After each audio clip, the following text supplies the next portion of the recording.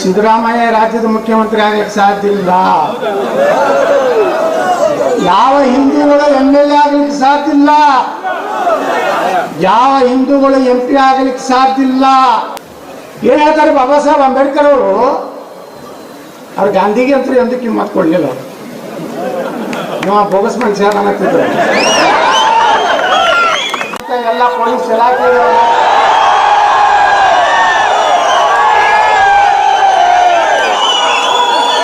ನೋಡಿ, ನಮ್ಮ ಹಳೆಯವರು ಹೆಂಗೈತಿ ದೇಶನಾಗ ಪಾಕಿಸ್ತಾನ ಜಿಂದಾಬಾದ್ ಅಂದ್ರೆ ಬಾಯ ಬಿಟ್ಟು ಹೊಡಿಬೇಕಂದ್ರೆ ಕೇಸ್ ಹಾಕ್ತಾರೆ. ದಾವೂದ್ ಇಬ್ರಾಹಿಂ ಓಡ್ ಹೋದ್ರು ಕೇಸೂ ಇಲ್ಲ, ಸುಡುಗಾಡೂ ಇಲ್ಲ. ಬಾರಿಗೆ ನರೇಂದ್ರ ಮೋದಿ ಅವರು ಪ್ರಧಾನಮಂತ್ರಿ ಆದ್ಮೇಲೆ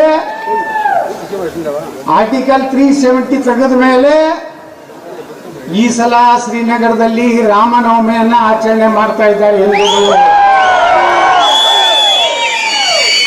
ಸರಸ್ವತಿ ಮಂದಿರ ನಿರ್ಮಾಣ ಆಗ್ತಾ ಇದೆ. ಯಾವ ಕಾಶ್ಮೀರದ ಪಾಕಿಸ್ತಾನದ ಬಾರ್ಡರ್ದಲ್ಲಿ ಇವತ್ತು ಸರಸ್ವತಿ ಮಂದಿರ ನಾಶ ಮಾಡಿದ್ರು. ಇವತ್ತು ಪುನರ್ಸ್ಥಿತನವನ್ನ ಅಮಿತ್ ಶಾ ಮಾಡಿದ್ದಾರೆ. ನಾವು ಹಿಂಗೆ ಸುಮ್ ಕೂತ್ರೆ ಜಾತಿ ಜಾತಿ ಜಾತಿ ಅನ್ಕೊಂಡು ನಾವು ಹೋಗ್ಬಿಟ್ರೆ ಹಿಂದೂಗಳು ಒಂದಾಗದಿದ್ರೆ ಮುಂದಿನ ದಿವಸ ನಾವು ಅಲ್ಪಸಂಖ್ಯಾತರಾಗ್ತೀವಿ. ಅವ್ರು 18, 20, 30% ಇರ್ಕೊತ ಹೋಗ್ತಾರೆ. ಯಾಕಂದ್ರೆ ನೀವು ಒಂದೇ ರಗಣಾಗಿ ಎಡೆ ಹಿಡಿತೀವಿ. ಅವ್ರು 5 ಹಾಕ್ತಾರೆ, 25 ತೆಗಿತಾರೆ. ಅವಾಗ 35-40% ಆದ್ರ ಸಿದ್ದರಾಮಯ್ಯ ರಾಜ್ಯದ ಮುಖ್ಯಮಂತ್ರಿ ಆಗಲಿಕ್ಕೆ ಸಾಧ್ಯ ಇಲ್ಲ. ಯಾವ ಹಿಂದೂಗಳು MLA ಆಗಲಿಕ್ಕೆ ಸಾಧ್ಯ ಇಲ್ಲ.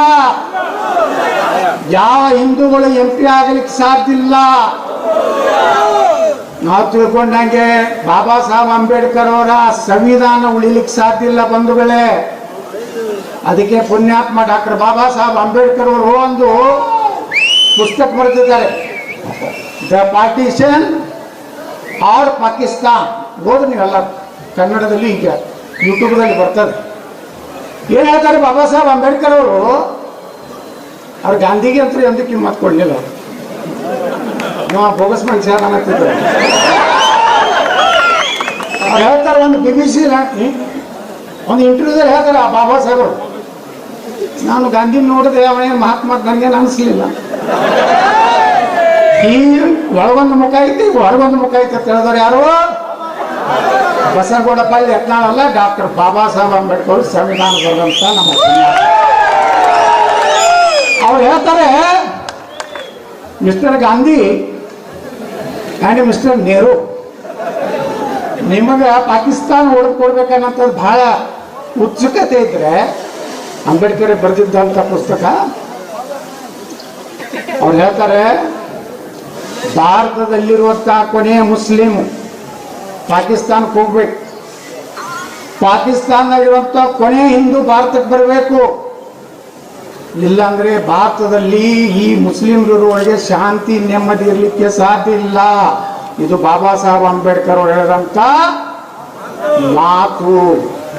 ಇದನ್ನ ವಿಧಾನಸಭೆಯಲ್ಲಿ ಹೇಳಿದೆ ನಾನು.